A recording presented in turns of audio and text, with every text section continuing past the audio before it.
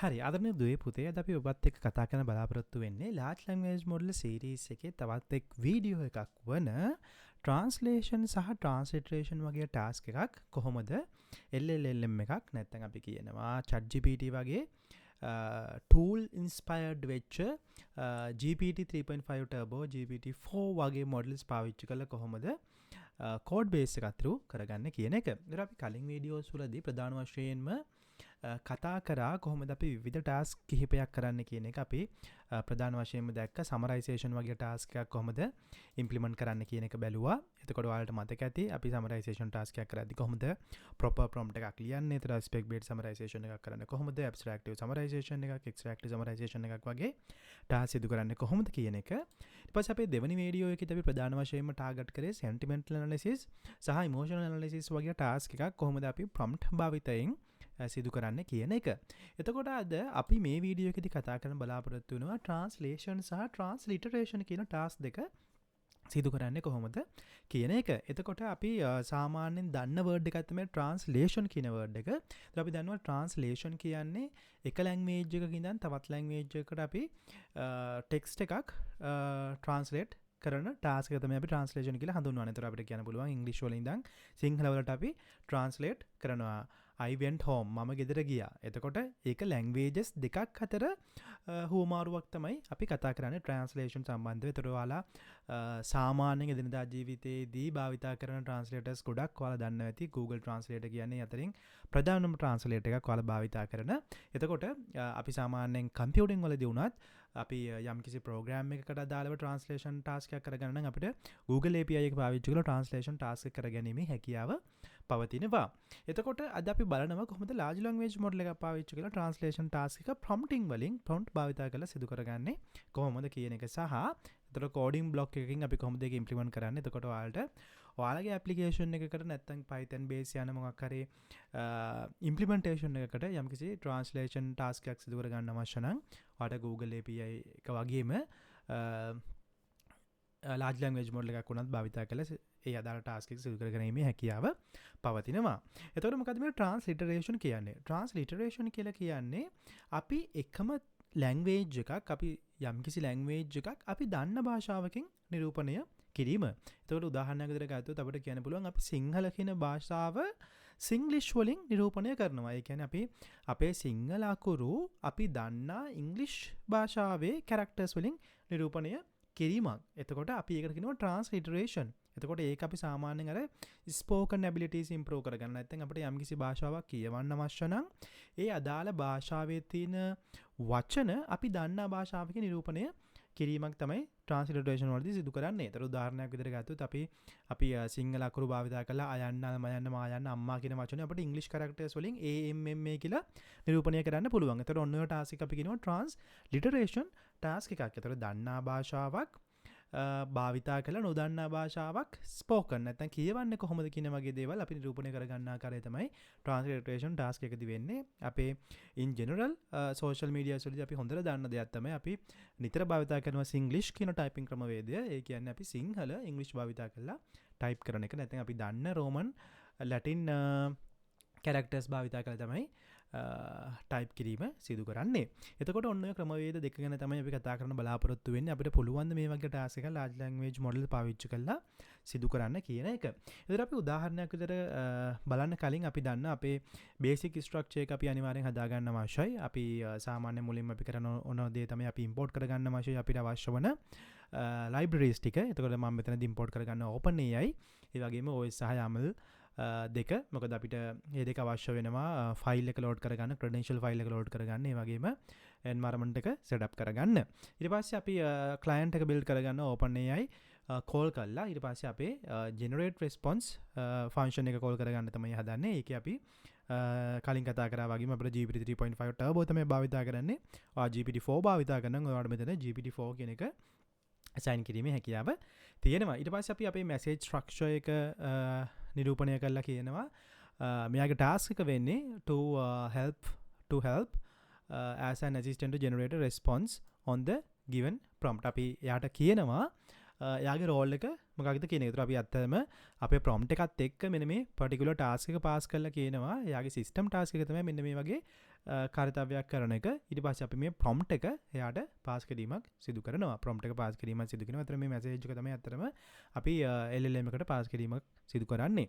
එතකොට අපේ temperature එක අපි 0.5 තියලා තියෙනවා. 0.5 කියන්නේ අපි දන්නවා creativity එක අපිට බිඳුවත් එකත් අතර තියාගන්න පුළුවන්. ඔයාට ඩිරෙක්ට් රෙස්පොන්ස් එකක් නම් ඕනේ. මෙයාට 0 තිබ්බත් කමන්නේ. දැන් අපිට මේ වගේ එක නම් මෙයාව ටෙම්පරේචර් එක 0 විතර තියන්න පුළුවන්. ඒතර ටෝකන් මැක්ස් ටෝකන් කවුන්ට් එකකින් කියවෙන්නේ අපිට රිටර්න් වැලියු එක කොච්චර රිටර්න් වැලියු එකක් එනවද කියන එක. ඒතර අපි කොච්චර ටෝකන් ප්‍රමාණයක් එක්ස්පෙක්ට් කරනවද as a return value. ඒතර ඔන්න ඕක තමයි අපේ බේසික් configuration එක. අපි මේක කලින් වීඩියෝස් වලදී කතා කරා in deep පළවෙනි වීඩියෝ එකේ සහ දෙවෙනි වීඩියෝ එකේ වගේ concepts වලදී අපි කෝඩ් කර කතා කරා මේ concepts ටිකේ වැදගත්කම. එතකොට අපි භාවිතා කරන්න හදන මෙන්න මේ කෝඩ් බ්ලොක් එක භාවිතා කරලා අපි බලන්න හදන translation සහ transliteration වගේ ටාස්ක් එකක් කොහොමද කරන්න කියන එක. එතකොට මම මුලින්ම බලන්න හදන translation task එක කොහොමද කරන්න කියන එක. translation task එක. එතකොට අපි සාමාන්‍යයෙන් දන්න දේ තමයි අපි මුලින්ම prompt එකක් ලියා ගන්න අවශ්‍යයි.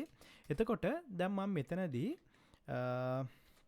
ලියා ගන්න හදනවා. අපි හිතමු අපේ ටාස්ක් එක වෙන්නේ අපි හිතමු අපිට ට්‍රාන්ස්ලේට් කරගන්න ඕන ඉංග්ලිෂ් වල ඉඳන් ෆ්‍රෙන්ච් වලට. අපි හිතමු අපි එහෙනම් ලියනවා translate the below English sentence into Spanish කියමු. අපි ස්පැනිෂ් වලට ට්‍රාන්ස්ලේට් කරන්න කියලා කියනවා. එතකොට අපි දෙනවා අපේ ඉංග්ලිෂ් සෙන්ටෙන්ස් එක අපි දෙනවා අපි හිතමු I went to United Kingdom to have a wonderful journey. අපේ ඉංග්‍රීසි සෙන්ටෙන්ස් එක. ඒතර අපිට රිටර්න් කරගන්න ඕන ඊට අදාළ ස්පැනිෂ් සෙන්ටෙන්ස් එක තමයි අපිට රිටර්න් කරගන්න ඕන. එතකොට ඔයාලට මේ සජෙෂන් සමහර වෙලාවට පේනවා ඇති. මේ සජෙෂන්ස් එන්නේ විෂුවල් කෝඩ් වලට අපි පාවිච්චි කරන කෝඩියම් කියන AI tool එකෙන්. මේක AI power tool එකක්. එතකොට ඔයා ප්‍රෝග්‍රෑමින් සිදු කරනවා නම් මේ වගේ tool එකක් භාවිතා කරලා ඔයාට මේ වගේ හෙල්පර් කෙනෙක් නැත්නම් ඇසිස්ටන්ට් කෙනෙක් පාවිච්චි කරන්න පුළුවන්. එතකොට එයා අපිට ඔටෝ සජෙෂන්ස් දෙනවා සමහර කෝඩින්ග්ස් වලදී. එතකොට අපිට ඒවා භාවිතා කිරීමේ හැකියාව පවතිනවා. එතකොට දැන් ඔයාලට බලා ගන්න පුළුවන් මෙතනද අපේ ටාස්ක් වෙන translate the below English sentence to Spanish. අපේ English sentence එක අපි දෙනවා I went to United Kingdom to have a wonderful journey. එතකොට Spanish sentence එක තමයි අපි generate කරගන්න හදන්නේ. එතකොට මම මේ prompt එක run කරගත්ත. දැන් අපිට ඕනේ අපේ model එක call කරන්න. අපි කියනවා print ඊට පස්සේ අපි කියනවා complete response. එතකොට අපිට ඕන වෙන්නේ pass කරගන්න prompt එක තමයි අපි pass කර ගැනීම සිදු කරන්නේ. එතකොට අපි මේක run කරොත් අපිට බලා ගන්න පුළුවන් මෙන්න මේ ආකාරයෙන් අපිට ස්පැනිෂ් සෙන්ටෙන්ස් එක බලා ගන්න පුළුවන්. එතකොට අපි මේක ෆ්‍රෙන්ච් වලින් ගන්න ඕන නම් අපිට කියන්න පුළුවන් අපිට ඕන වෙන්නේ ෆ්‍රෙන්ච් සෙන්ටෙන්ස් එක. එතකොට මෙන්න මේ වගේ prompt එක run කරගත්තොත් අපිට ෆ්‍රෙන්ච් වලින් ඒ අදාළ output එක ගන්න පුළුවන්. අපි සිංහල වලට try කරලා බලමු. සිංහල එච්චරටම accuracy නෑ GPT model වලදී. හැබැයි තරමක දුරට අපිට answer එකක් බලා ගන්න පුළුවන් වෙනවා. අපි මේක run කරලා බලමු. එතකොට අපිට මෙන්න මේ වගේ තමයි උත්තරයක් එන්නේ. මම එක්සත් කිංඩම් එකට ගියේමි. ඔහොම උත්තරයක් එනවා. එතකොට අපිට බලා ගන්න පුළුවන් සිංහල වලදී තාම මේ මොඩල් එච්චර හොඳ රිසල්ට්ස් ජෙනරේට් කරන්නේ නැහැ. මේක සාමාන්‍යයෙන් අපිට දකින්න පුළුවන් කරුණක්. මොකද මේ මොඩල් ට්‍රේන් කරද්දී එයාලගේ බේස් මොඩල්ස් වල එච්චර ලොකුවට සිංහල ට්‍රේන් වීමක් සිදු වෙලා නැහැ. හැබැයි සිංහල ඇත්තටම ට්‍රේන් වෙලා තියෙන යම් තාක් දුරකට. හැබැයි අර අපි බලාපොරොත්තු වෙන තරමට ට්‍රේන් කිරීමක් සිදු වෙලා නැහැ. ඒතර අපි සාමාන්‍යයෙන් දන්නවා Google Translate පාවිච්චි කරොත් අපිට හොඳ රිසල්ට්ස් එකක් ගන්න පුළුවන්. ඊට වඩා හොඳ රිසල්ට් එකක්.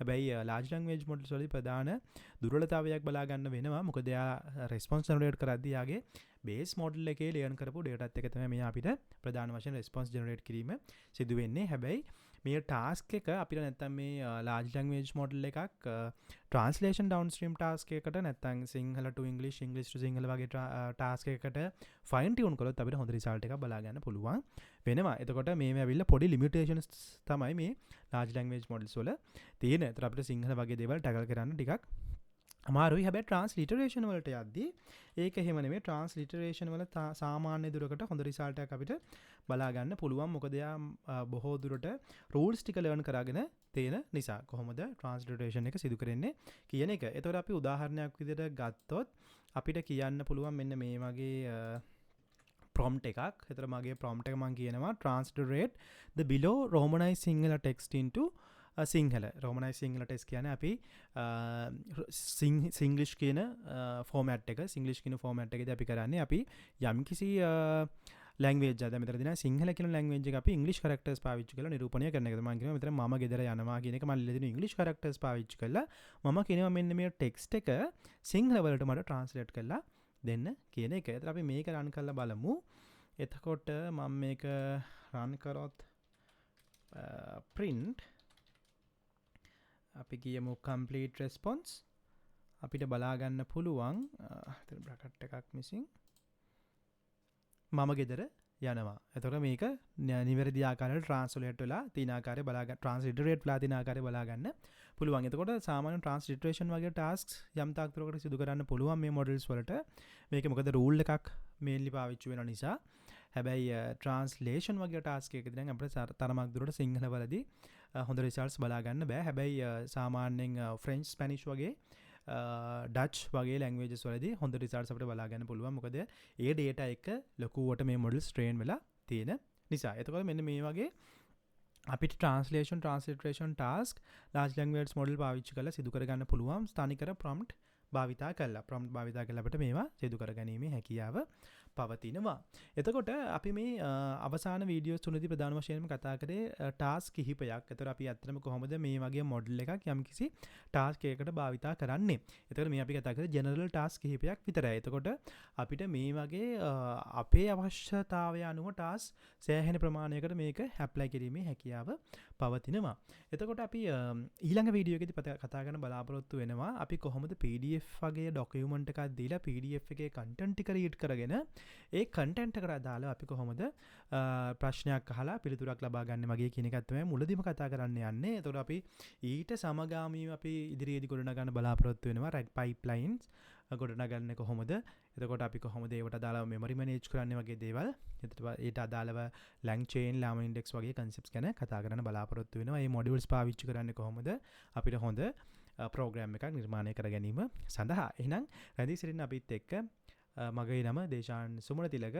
සබස්ක්‍රයිබ් කරලා නැත්නම් අපේ channel එකට මුලින්ම අද නම් බලන්න මේ channel එක පල්ලෙහා subscribe කරලා bell icon එක click කරලා තියාගන්න. මොකද මේ වගේ very interesting topics කිහිපයක්ම අපි ඉදිරි videos වලදී කතා කරන්න බලාපොරොත්තු වෙනවා.